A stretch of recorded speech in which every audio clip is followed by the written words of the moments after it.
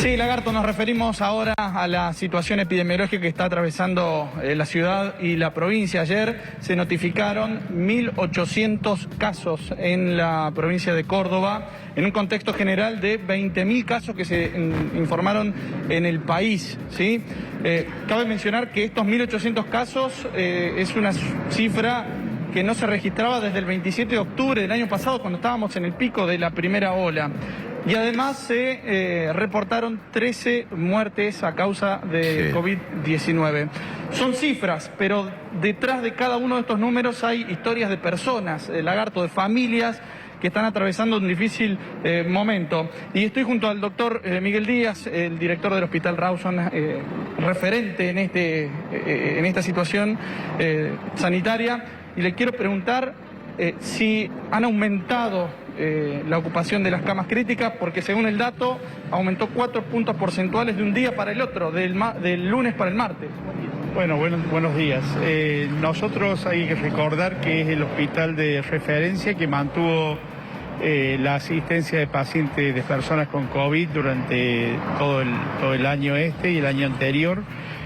Más allá del pico, siguió siendo el hospital de referencia y el hospital que receptó después del pico la totalidad de los pacientes del subsector público en la ciudad de Córdoba y también algo del interior. De manera que nosotros hemos mantenido un porcentaje de ocupación alta en forma constante. No obstante, en las últimas semanas hemos visto un incremento y hoy hablamos de un 65% de ocupación de camas en el hospital. En este hospital un 65% de las camas críticas destinadas exclusivamente para COVID. De las camas del hospital. Nosotros hay que recordar que todo el hospital es una unidad de camas críticas, más allá de que se utilicen o no respiradores, todo el hospital está preparado para la asistencia crítica de pacientes. Bien, y de este porcentaje total, ¿cuánto necesitan respirador? En este momento tenemos 20 pacientes con respirador y el resto de los pacientes están sin respirador. Y por otra parte, nosotros tenemos el hospital modular, que está, digamos, en este momento depende del Hospital Rawson, que tiene un porcentaje alto de desocupación de camas, es decir, muchas camas no ocupadas, y todo el sector crítico de las camas del modular están desocupadas en este momento. Por ende, infiero, doctor, que, digamos, ojalá no ocurra que haya que seguir ocupando camas, pero hay disponibilidad, al menos hasta el día de hoy. Sí, hay disponibilidad de camas. Recordemos también que el polo sanitario actúa como una unidad. Recién el fin de semana se incorporó el San Roque como otro de los hospitales que recibe personas con COVID, de manera que tenemos un remanente todavía de camas para afrontar esta etapa de la pandemia. Bien, le pregunto porque hubo un dato que circuló esta mañana, lo señaló el asesor recién en el programa, que se estaría construyendo un hospital modular en torno al Hospital Florencio Díaz aquí en la ciudad de Córdoba. Bueno, yo desconozco, seguramente esta información hay que recabarla a nivel central. Yo puedo hablar de lo que sucede acá y en el polo sanitario. No tengo esta información, probablemente sea cierto, no tengo esta información. Doctor, ¿son imperiosas las restricciones de algún tipo, dependiendo de la circunstancia epidemiológica de cada localidad, jurisdicción, región? Bueno, yo creo que sí, de hecho algunas medidas se están tomando, algunos intendentes han tomado medidas, pero también hay que tener en cuenta que el contagio se está dando fundamentalmente en las reuniones sociales, en el ámbito familiar, de manera que las mayores medidas de prevención se deben hacer en estos lugares donde verdaderamente circula el virus. Sabemos también que el virus no circula en los lugares de trabajo, en las industrias, en los comercios, sí circula en las reuniones sociales y donde hay mucha aglomeración de gente. Entonces, las medidas restrictivas, esto es una posición personal mía, deben contemplar desde lo sanitario la realidad socioeconómica también, a fin de conservar el criterio sanitario de que la salud es una cuestión integral. El 65% de las camas que tienen ocupadas con pacientes COVID en este hospital Rawson exclusivamente, ¿hay más jóvenes respecto a la primera ola? No. Acá hay que también hacer la salvedad de que si uno se fija en la curva de casos del año pasado, la mayor parte de los casos son en adultos jóvenes. Ahora, la mayor tasa de internación es en personas de mayor de 60 años y particularmente mayores de 70 años, donde la enfermedad es más grave. Este año también se mantiene esta curva, digamos, donde la cantidad de casos en el grupo etario de adultos jóvenes es mayor, porque hay mayor circulación de estas personas y menor incidencia en las personas de mayor edad. Pero nosotros no tenemos aumento significativo de internados en personas de grupo etario jóvenes.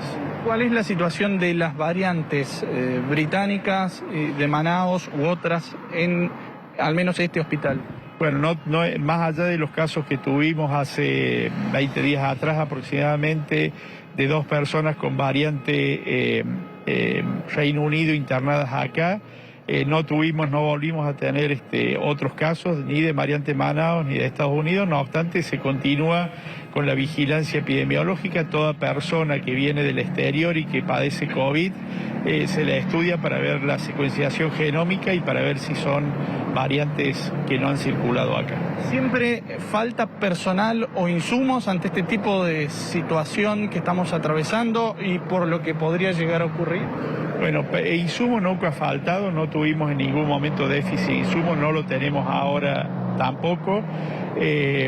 Sí es una realidad sanitaria, por ahí algunos insumos que, digamos, en determinado momento faltan, no solamente acá, ha faltado en todo el mundo, en todo el país, de manera que esto nosotros lo tratamos de anticiparnos a esta posible falta y tratamos de que no se vaya a producir eso. Y con respecto al personal, sí, para habilitar camas necesitamos personal, se está incorporando personal del equipo asistencial, pero más allá de eso, lo que hay que hacer mención es que el personal de salud está cansado y por eso nosotros también apelamos a la conciencia social para evitar la transmisión del virus. Lagarto, te escucha el doctor Díaz. Sí, doctor, buen día, el gusto de saludarlo. Le quería trasladar una inquietud. Yo me fui a vacunar la semana pasada y cuando nos daban las indicaciones, allí la enfermera muy amable nos dijo, por último, que si teníamos una persistencia de algún síntoma vinculado o descrito como de la vacuna, acudiéramos al Rawson, que era el hospital de referencia para estos casos. La pregunta es si han tenido la presencia de casos adversos frente a la cantidad de vacunados que hay en Córdoba. Buenos días. Bueno, es el hospital de referencia también para lo que se denomina ESAVI, es decir, las reacciones adversas a la vacuna, y hemos tenido, diría, al principio de la campaña de vacunación un número importante de consultas por reacciones adversas. Todas las reacciones adversas han sido mínimas.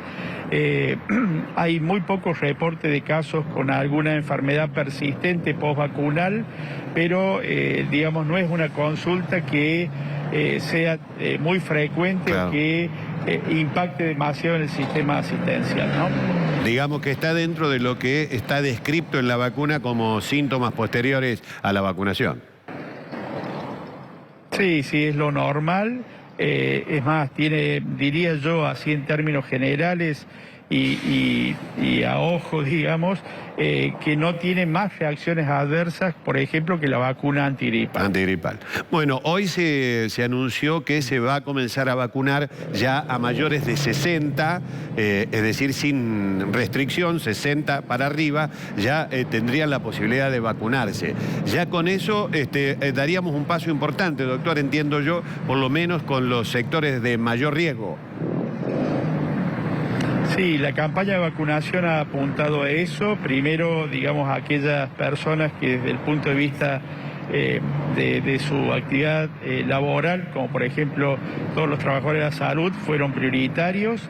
Después se incorporaron otros grupos y en el último mes se decidió, habida cuenta de la cantidad de vacunas disponibles y de la probabilidad de llegada de la segunda ola, vacunar por grupos etarios, y bueno, los grupos etarios más afectados son por encima de los 60 años, por lo tanto esta modalidad de vacunar a este grupo, que es el más expuesto, el que hace enfermedad más grave, creo que en definitiva es lo que va a impactar en el sistema sanitario de atención hospitalaria, ¿no? Está bien, doctor, le hago esta pregunta porque es un poco el cuco de esta segunda ola. Las cepas, las otras cepas, ¿hubo algún reporte al margen de los ya conocidos en Córdoba que los haya alertado a ustedes frente a lo que supuestamente se viene?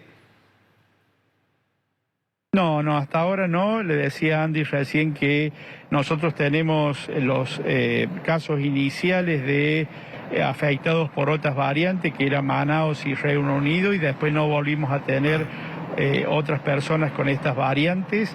Y esto, digamos, hay que recordar que se hace una vigilancia activa de las variantes virales de las personas que vienen del exterior o que hacen alguna enfermedad distinta en cuanto a su sintomatología de la que se venía manifestando. Doctor, buen día. En Brasil descubrieron una cepa nueva, que es una combinación entre la cepa de Manaos y la cepa sudafricana, de acuerdo a los reportes que tenemos del país vecino. En Córdoba todavía eso no llegó, ¿verdad? Todavía no llegó, y también es bueno decir que la característica que tienen estos virus, este tipo de virus, es de la mutación permanente, es decir, desarrollan mutaciones, lo cual confiere la característica de que aparezcan otras variantes y combinaciones de las anteriores. Por lo tanto, esa es una posibilidad, y por eso es que se hace la vigilancia activa del laboratorio con la secuenciación genómica para ver las variantes que están circulando, ¿no? Bueno, doctor, le agradezco la gentileza de habernos atendido. No sé, Andy, si vos tenés algo más para el doctor ahí. Sí, la última, y desde el punto de vista humano, a nivel vínculo o relaciones que puedan establecer los médicos, o en este caso usted, con los internados y que se están recuperando en este hospital. ¿Qué manifiestan ellos cuando se ven en esas circunstancias, esperando, aguardando un respirador o tratando de salir de esa situación? ¿Qué señalan al respecto? Bueno, muchas personas que se internan pensaron en su momento que no les iba a pasar, que no iban a tener la dificultad. Muchas personas no creían que la enfermedad tenía esta importancia, esta relevancia y este impacto en la salud de las personas, y que no era tan grave. Y eso es bueno decirlo, y es muy buena su pregunta, porque mucha gente piensa que esto no es cierto. Muchos actores sociales piensan que esto no es cierto, que es un invento, y es todo lo contrario. Una enfermedad que existe, es una enfermedad que afecta a las personas y es una enfermedad que produce la muerte de las personas. Por lo tanto, es muy importante que la población tome conciencia de esto, que la población se convierta, cada uno de nosotros debemos convertirnos en agentes de prevención e incorporar las cuestiones básicas que significan prevención: aislamiento, uso del barbijo en forma permanente y el lavado constante de manos. Gracias, doctor. Gracias a ustedes. Siguen allí ustedes la... Bueno, perfecto, muchas gracias. Acá me viene...